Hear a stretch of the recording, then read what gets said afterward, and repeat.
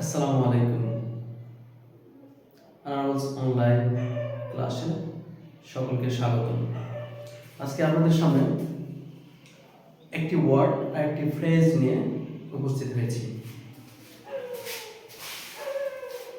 Everyday versus everyday, everyday versus everyday, এই দুটো আমি দুটো বাক্য লিখেছি। এই বাক্যে এখানে লিখেছি এভরিডে, আর এই বাক্যে এখানে লিখেছি এভরিডে। এই দুটো বাক্যের এই দুটো জিনিস, তার ডিফারেন্সটা হচ্ছে এখানে স্পেস আছে, স্পেস নেই। এটা তো কোনটা আমাদের সঠিক আর কোনটা ভুল। এক কথায় which one is correct or which one is incorrect।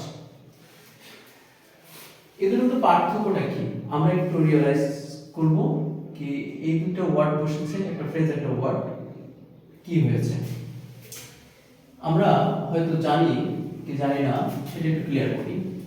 Everyday এটা কোন পার্টস অফ স্পেস, আর এভরিডে এটা কোন পার্টস অফ স্পেস। আমি একটু পরিষ্কার করে বুঝিয়ে দিচ্ছি। এভরি ডে এটা হচ্ছে আমাদের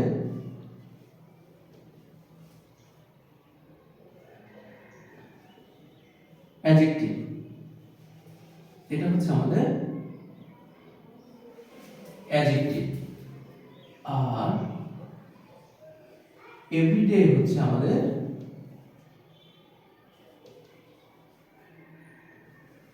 অ্যাডভার্ব।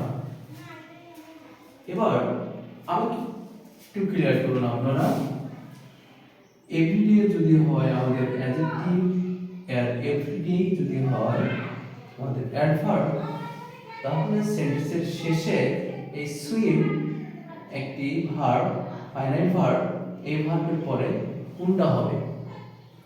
এই ভার্বের পরে আসলে আমাদের অ্যাডভার্ব হবে।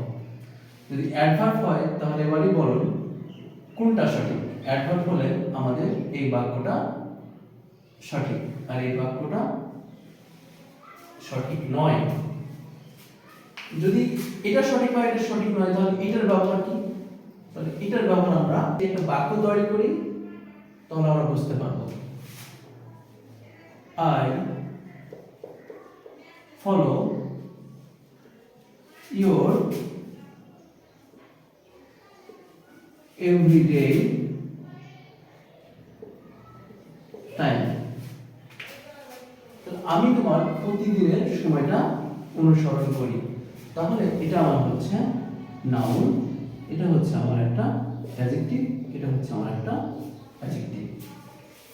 তাহলে প্রিয় শিক্ষার্থী এবং অভিভাবকবৃন্দ এবং দর্শক, আপনি বুঝতে পেরেছেন যে এই দুটোর মধ্যে পার্থক্য কোনটা, আর এখানে দুটো পার্টস অফ স্পিচ কি ক্লিয়ার।